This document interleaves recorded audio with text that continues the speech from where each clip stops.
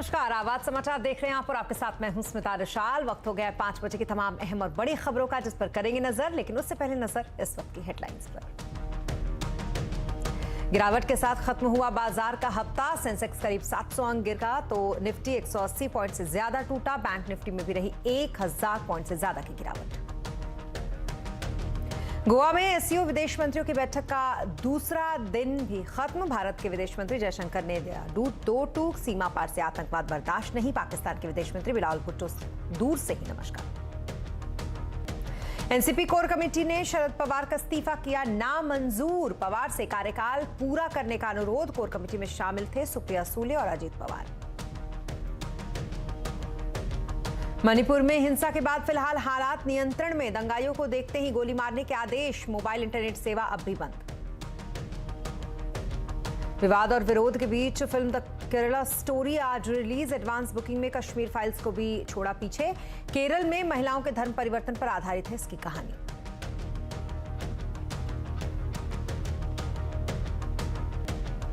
खबरों की शुरुआत करेंगे बाजार से, जहां आज एचडीएफसी ट्विस्ट के शेयरों में जोरदार बिकवाली से मार्केट पर जबरदस्त दबाव देखने को मिला। आज मार्केट जोरदार गिरावट के साथ बंद हुआ। सेंसेक्स 695 अंक गिरकर 61,054 पर बंद हुआ। तो वहीं निफ्टी की अगर बात करें तो निफ्टी 187 अंक गिरकर 18,069 पर आज बंद हुआ। आज सबसे ज्यादा बिकवाली बैंकिंग और मेटल शेयरों में रही। मार्केट का पूरा एक्शन समझने के लिए चलते हैं सुमित के पास। सुमित, बताएं जरा मार्केट के आज के हाईलाइट्स क्या क्या रहे। देखिए, हफ्ते का जो पूरी अब तक बाजार की तेजी थी, इस पूरे हफ्ते में जो पिछले 3 सत्रों में आई थी, वो बाजार ने आज गिव अप कर दिया और बाजार फ्लैट जाके बंद हुआ वीकली आधार पर। एचडीएफसी बैंक और एचडीएफसी लिमिटेड दोनों का जो इम्पैक्ट था, सेल ऑफ का इम्पैक्ट था, वो बैंकिंग पे आया और बैंकिंग का इम्पैक्ट निफ्टी पे आया, जिसके दम पर पूरा इंडेक्स आज वाइप आउट होता हुआ दिखाई पड़ा। तो करीब 85,000 करोड़ रुपए की मार्केट कैप एचडीएफसी बैंक और एचडीएफसी लिमिटेड में आज ही के सत्र के अंदर वाइप आउट होती हुई दिखाई पड़ी, वो भी तब जब ये शेयर कल अपने नए ऊपरी स्तर बना रहे थे। इसके अलावा मेटल, बैंक्स जिसमें प्रेशर था, साथ ही साथ आज कैश मार्केट के शेयरों में भी क्वाली थी और ब्रॉडर मार्केट्स भी सेल ऑफ के साथ कामकाज कर रहे थे। यानी कि मिड कैप स्मॉल कैप के अंदर भी उतना कोई ज्यादा फायरवर्क नहीं देखने को मिला। थोड़ा सा बैकफुट पे मार्केट्स पहुंचे और बैंकिंग का सेल ऑफ, आईटी का कुछ हद तक बैकफुट पे होना और सेलेक्टिव एफएमसीजी का पार्टिसिपेट करना, इनका इंपैक्ट यहां पर देखने को मिला। तो ओवरऑल मार्केट्स में मेजरली आज बैंकिंग के दम पर प्रेशर बनता हुआ दिखाई पड़ा। जी, इसके अलावा सुमित सेक्टर्स का आज कैसा हाल रहा ये भी बताइएगा। देखिए, पहले आज निफ्टी के कुछ गेनर्स की बात की जाए तो रिजल्ट्स का इंपैक्ट आता हुआ दिखाई पड़ा या फिर कह लीजिए न्यूज स्पेसिफिक इंपैक्ट रहा। तो आज निफ्टी के टॉप गेनर्स में रहा टाइटन का नाम शुमार। एक अच्छी तेजी वहां देखने को मिली। मारुति करीब 1.5% चला। अल्ट्राटेक सीमेंट 1.5% चला। नेस्ले 1.5% के आसपास की खरीदारी यहां देखने को मिली। इसके अलावा आज निफ्टी के गिरने वाले शेयरों में प्रेशर रहा। एचडीएफसी बैंक और एचडीएफसी लिमिटेड दोनों ही करीब 5-5.5% नीचे और साथ साथ इंडसइंड बैंक 5.5% का डिक्लाइन। यहां पर भी यूपीएल 2.5% के आसपास टूटा। नंबर से ठीक पहले यहां प्रेशर रहा। सोमवार को इसका नंबर भी है। मिड कैप में हैप्पीएस्ट माइंड नंबर से पहले चला 5%, टीवीएस मोटर 4%। नंबर्स के बाद एमआरएफ नए रिकॉर्ड स्तरों की तरफ और आवास फाइनेंशियल करीब 3% की तेजी यहां देखने को मिली। मिड कैप के गिरने वाले शेयरों में फेडरल बैंक करीब 9% नीचे। नंबर्स के बाद बीएचईएल अनवाइंडिंग के चलते 6% नीचे। न्यू इंडिया एश्योरेंस और जीआईसी हालिया तेजी के बाद प्रॉफिट टेकिंग यहां देखने को मिली। बैंकिंग में बिकवाली थी आज फेडरल में, एचडीएफसी बैंक में, इंडसइंड बैंक में, बंधन बैंक में, जहां कुछ हद तक दबाव आज के सत्र में बनता हुआ दिखाई पड़ा। जी, बहुत शुक्रिया तमाम डिटेल्स के लिए आपका सुमित। और इन्वेस्को म्यूचुअल फंड के सीईओ ताहिर बादशाह का कहना है कि चौथी तिमाही के नतीजों से भारतीय बाजार के वैल्यूएशन को लेकर चिंताएं घटी है। साथ ही उन्होंने इस पर आगे भी कहा कि अभी निवेश के लिए बैंकिंग सेक्टर बेहतर है, इसलिए इस सेक्टर में निवेश आप कर सकते हैं। पिछले 4-5 महीने में हमने 2 चीजें देखी है। वन इज दैट इंडिया की जो वैल्यूएशन थी on a relative scale of come down, क्योंकि हमने थोड़ा बहुत साइडवेज परफॉर्मेंस दिया। वी इवन वेंट डाउन, कुछ हद तक हमारा नेगेटिव परफॉर्मेंस भी रहा। And then obviously after that we seen a rally in the last month और सो, जैसा आपने बताया।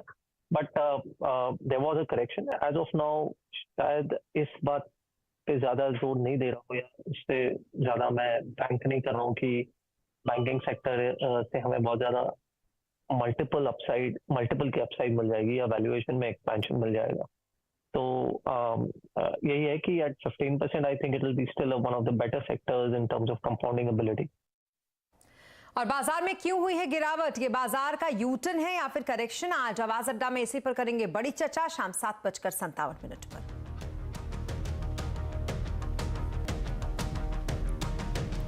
और गोवा में चल रहा शंघाई कोऑपरेशन ऑर्गेनाइजेशन अब खत्म हो गया, जहां आज भी सभी एससीओ के सदस्य देशों के विदेश मंत्रियों ने बैठक में हिस्सा लिया। इस बैठक में देश और दुनिया में चल रही कई गतिविधियों पर चर्चा हुई, जहां चीन के विस्तारवादी रवैये से लेकर सीमा पार आतंकवाद तक का मुद्दा शामिल रहा। इस बीच बैठक की अध्यक्षता कर रहे विदेश मंत्री एस जयशंकर ने दूसरे दिन के बैठक में पाकिस्तान पर बड़ा हमला बोला। विदेश मंत्री ने दो टूक कहा कि सीमा पर आतंकवाद को बर्दाश्त नहीं कर सकते हैं।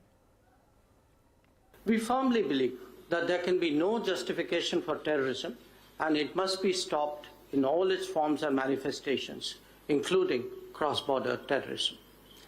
The channel of finances for terrorist activities must be seized and blocked without distinction. Members need not be reminded that combating terrorism is one of the original mandates of the SCO.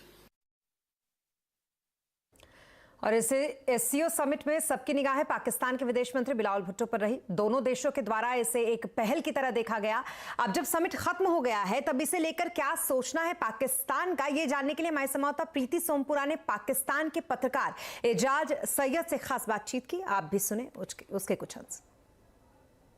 आपको लगता है कि इतने सालों के बाद में जो है पाकिस्तान का कोई फॉरेन मिनिस्टर जो है भारत में आया है, तो दोनों देशों के बीच में जो डेडलॉक था वो अभी खत्म होगा? मेरा ये ख्याल है कि डेडलॉक खत्म हो गया है। बिलावल भुट्टो जरदारी का पाकिस्तान से भारत में आना ये इस डेडलॉक के खत्म होने का एक इंडिकेटर है। अगर आप ये कहें कि कोई बहुत बड़ी डेवलपमेंट हो गई तो नहीं हुई है।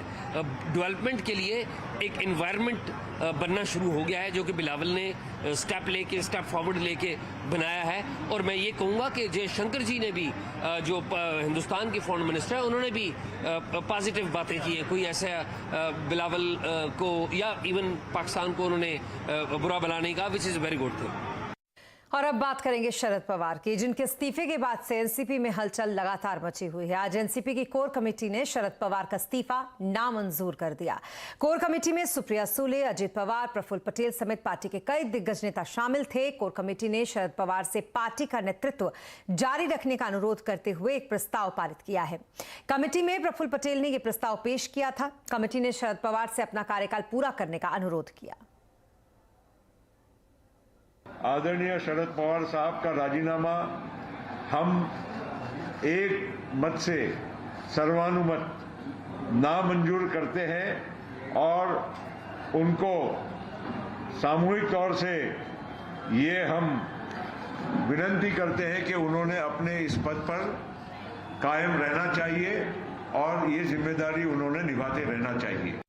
और अब बात करेंगे कर्नाटक की, जहां अंतिम दौर में आकर कर्नाटक चुनाव में प्रचार अब काफी ज्यादा गर्म हो गया है। आज प्रधानमंत्री नरेंद्र मोदी ने बेल्लोर में एक रैली को संबोधित करते हुए कांग्रेस पर जमकर प्रहार किया।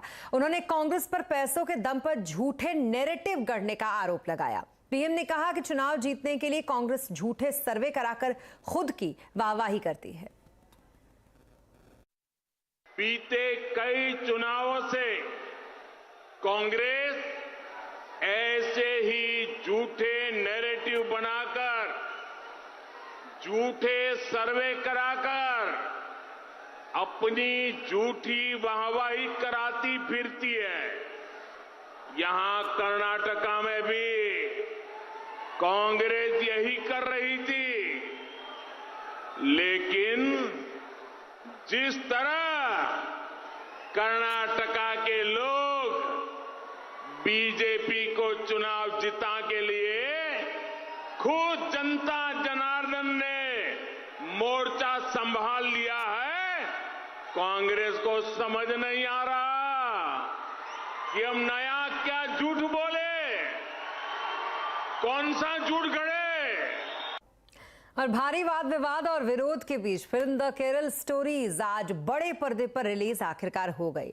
सुदीप्तो सेन के निर्देशन में बनी द केरल स्टोरी में अदा शर्मा, योगिता बिहानी, सोनिया बिलानी और सिद्धि डुडलानी अहम किरदार में हैं। यहां ट्रेलर रिलीज के बाद से ही फिल्म काफी ज्यादा विरोध का सामना कर रही थी। हालांकि फिल्म ने एडवांस बुकिंग में तो द कश्मीर फाइल्स को भी पीछे छोड़ दिया है। फिल्म में केरल की महिलाओं के धर्म परिवर्तन की कहानी बताई गई है और यह दावा किया गया है कि इन महिलाओं को जबरन इस्लाम धर्म में शामिल किया गया और इनको सीरिया भेजा गया। सुप्रीम कोर्ट में फिल्म के खिलाफ याचिका दायर की गई थी, मगर कोर्ट ने याचिका पर सुनवाई करने से साफ इनकार कर दिया था और अब फिल्म दर्शकों के बीच बीच में है। प्रधानमंत्री नरेंद्र मोदी ने द केरल स्टोरी पर अपनी प्रतिक्रिया दी है और कहा है कि फिल्म में आतंकी साजिश का सच दिखाया गया है। कांग्रेस सिर्फ फिल्म पर रोक लगाने की कोशिश कर रही है। सुनिए क्या कुछ कहा है पीएम ने। उस केरला के में चल रही आतंकी साजिश का खुलासा ये केरला स्टोरी फिल्म में, केरला फाइल्स फिल्म में उसे किया गया है। और देश का दुर्भाग्य देखिए कि कांग्रेस आज समाज को तहस नहस करने वाली इस आतंकी प्रवृत्ति के साथ खड़ी हुई नजर आ रही है। दरअसल इस फिल्म का जब ट्रेलर रिलीज हुआ था तब शशि थरूर ने ट्वीट करके कहा था कि ये मेरा केरल नहीं है। आज उसी का जवाब दिया है यहाँ पर प्रधानमंत्री नरेंद्र मोदी ने। लेकिन इसके अलावा और बाकी लोगों का इस फिल्म को लेकर क्या सोचना है ये भी देखते हैं। इसे हमें देखना चाहिए और अपने परिवारजनों को, अपने आत्मीयजनों को इसके बारे में जानकारी देनी चाहिए, जिससे इन घटनाओं से वो लोग सावधान रह सके और भविष्य में इस तरह की साजिशें कामयाब ना हो सके। स्टोरी का मोरल भी बहुत अच्छा, मुझे लगता है ऐसी मूवीज और बननी चाहिए, सारी मीडिया को भी चाहिए ये सब निकाल के जनता के सामने लेके आए। सबसे पॉइंट ऑफ अट्रैक्शन तो इस मूवी का यही है कि रियलिटी पे बेस्ड है और काफी सारी चीजें से जानने को हमको मिल सकती हैं। तो एक सस्पेंस इसमें बना रखा है कि वहाँ पे एक्चुअल हुआ क्या था और क्या लोगों ने बता रखा है, तो ये सस्पेंस एक बना हुआ है। तो द केरल स्टोरी जो रिलीज हो चुकी है उसको लेकर लोगों का क्या कुछ सोचना है ये हमने आपको सुनवाया और काफी इसको पॉलिटिकली क्रिटिसाइज किया गया था इस फिल्म को, खास करके जब इसका ट्रेलर रिलीज हुआ था तब से ही, क्योंकि इसको लेकर ट्वीट किया था शशि थरूर ने और कहा था कि ये मेरे केरल की स्टोरी नहीं है। उसके बाद से इस फिल्म पर काफी ज्यादा विवाद था और ये कहा जा रहा था कि कई सीन्स इसके काटे जाने चाहिए। हालांकि कुछ सीन्स काटे भी गए थे द केरल स्टोरी के, लेकिन अब फिल्म को रिलीज कर दिया गया है और रिलीज के बाद क्या कुछ प्रतिक्रिया है ये हम आपको सुनवा रहे थे इस फिल्म को लेकर। और अब बात करेंगे मणिपुर की, जहां पर मैतेई आरक्षण विवाद को लेकर भड़की हिंसा के बाद अब हालात नियंत्रण में है। राज्य के 8 जिलों में कर्फ्यू अभी भी जारी है, मोबाइल इंटरनेट सेवा अभी भी ठप है और दंगाइयों को देखते ही गोली मारने के आदेश दे दिए गए हैं। झड़प में 100 से ज्यादा लोगों की घायल होने की खबर है। मणिपुर जाने वाली ट्रेनों को रोक दिया गया है। दरअसल मैतेई समुदाय को अनुसूचित जनजाति श्रेणी में शामिल करने की मांग के खिलाफ जनजातीय समूह द्वारा बड़े स्तर पर विरोध प्रदर्शन किया जा रहा है। मणिपुर के बाद मेघालय में भी झड़प हुई है जिसमें 16 लोगों को गिरफ्तार किया गया है। एक दिन पहले ही मैरीकॉम ने ये बात यानी कि वीडियो कॉन्फ्रेंसिंग के जरिए एक अपील की थी प्रधानमंत्री नरेंद्र मोदी से कि मेरा मणिपुर जल रहा है, उसे रोके, और अब खुद मोर्चा संभाल रखा है गृह मंत्री अमित शाह ने मणिपुर में। और यहां रुकेंगे छोटे से ब्रेक के लिए, लेकिन ब्रेक के बाद जल्द होंगे हाजिर। आप बने रहे हमारे साथ।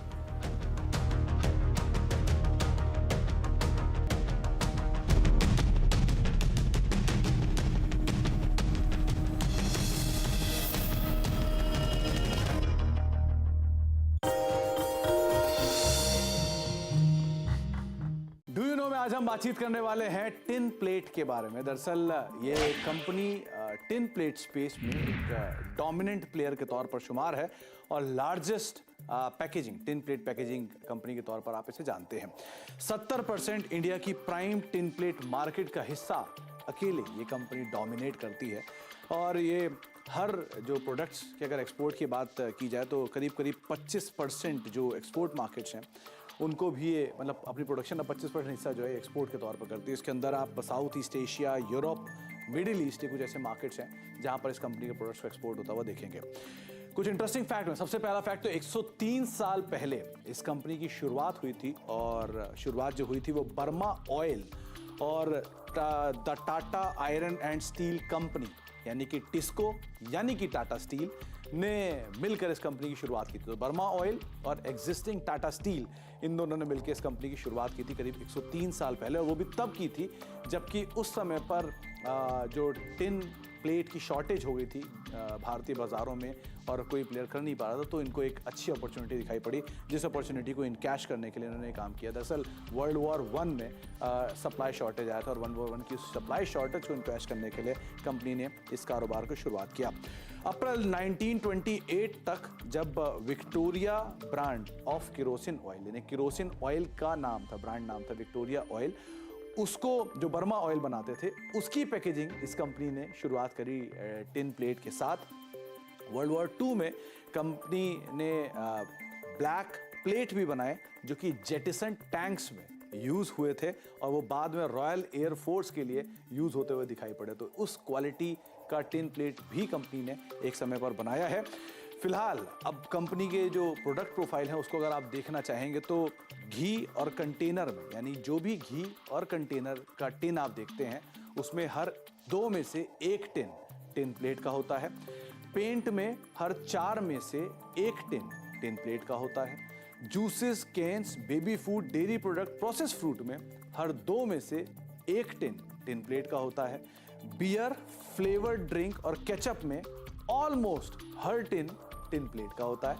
होम केयर, इंडस्ट्रियल प्रोडक्ट में ऑलमोस्ट हर टिन प्लेट का होता है। और ड्राई सेल जो बैटरीज आपने देखी होंगी आमतौर पे एक्साइड, निप्पो या बाकी प्लेयर्स की, उसमें हर 3 में से 1 सेल टिन प्लेट बनाकर दे रहा है उसकी कवरिंग में। तो इस तरह का एक बड़ा प्रोडक्ट प्रोफाइल और इस तरह की एक क्लास हिस्ट्री है करीब 103 साल पुरानी टिन प्लेट की। आए कुछ और फैक्ट लेकर आते हैं।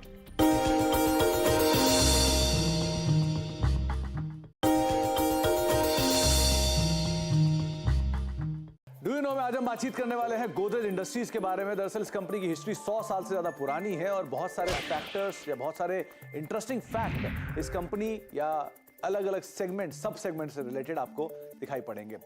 शुरुआत करता हूं। सबसे पहले 126 साल पहले ये कंपनी की शुरुआत हुई थी और करीब 100 साल पहले इस कंपनी ने अपना एक प्रोडक्ट